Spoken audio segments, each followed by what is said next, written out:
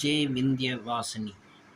Friends, ஜாதகத்தில் ஒரு சில அபாரமான சக்திகள், ஒரு விதமான அமானுஷ் சக்திகள், இல்லைன்னா மனுஷனோட எண்ணங்களுக்கு அப்பாற்பட்ட சக்திகள் ஒரு மனுஷனுக்கு கேதர் ஆகுது வருதுன்னா அது என்ன காரணம், என்ன கிரகங்கள்? அது காரணம் பார்த்திங்கன்னா புதனோ, குரு, சுக்கிரன் இந்த மாதிரி கிரகங்கள் மூலயமா இந்த மாதிரி பவர்ஸ் ஜாதகனுக்கு வரும்.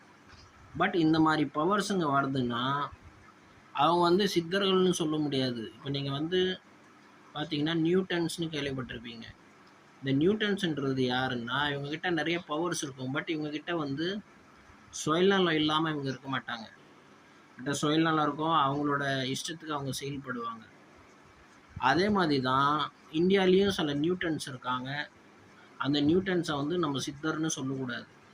அவங்கக்கிட்டே நிறைய பவர்ஸுங்கள்லாம் இருக்கும், நிறைய விஷயங்கள்லாம் அவங்க செய்வாங்க.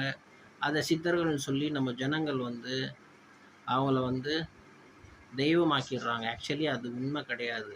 இவங்களாம் ஆக்சுவலி அந்த நியூட்டன்ஸ் கேட்டகரியில் வராங்க. இந்த நியூட்டன்ஸ் என்ன செய்யும்னா, அது சுயநலமாக இருக்கும். அந்த சுயநலத்துக்கு ஒரு கும்பலை உருவாக்கும். அவங்களுக்கு ஏற்ற மாதிரி சுயநலமாக அவங்க வாழ்வாங்க, பயப்படுத்துவாங்க ஜனங்களை. இந்த மாதிரி நியூட்டன்ஸ் இந்தியாவிலே இருக்காங்க, வெளி கண்ட்ரிலையும் இருக்காங்க.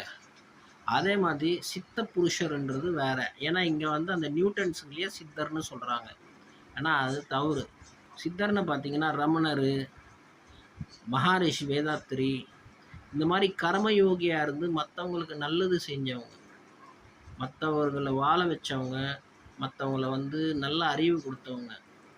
அவங்க ஆபாசமான விஷயம் செய்ததில்லை, யாரையும் வசியப்படுத்துனதில்லை, யாரையும் தவறாக வழி நடத்துனதில்லை. அவங்க தான் ஆக்சுவலி சொல்லப்போனால் சித்தர்கள். இவங்க சொல்கிறவங்க பாருங்கள் சித்தர்னுன்ட்டு, கொஞ்சம் அதிசயம் காமிச்சா சித்தர்னு சொல்லிடுறாங்க நம்ம நாட்டில். ஸோ இது சித்தர் கிடையாது, இவங்க நியூட்டன்ஸ் கேட்டகரியில் வருவாங்க. ஏன்னா இவங்க மிகப்பெரிய சுயநலவாதியாக இருப்பாங்க. அண்ட் இவங்ககிட்ட நிறைய பவர்ஸுங்க இருக்கும். இந்த பவர்ஸுங்களை பார்த்து மயங்கி நீங்கள் இவங்க சாமியார்னு சொல்லிடக்கூடாது. சாமியார்னா அவங்க ஒரு தவறான விஷயம் கூட செய்ய முடியாது. தவறான விஷயம் செஞ்சால் அவங்க நிறுவக்க சமாதிக்கே போக முடியாது. ஆக்சுவலி சமாதின்ற நிலை உச்ச கோட்டி தியான நிலை, அந்த நிலைக்கே இவங்கனால போக முடியாது.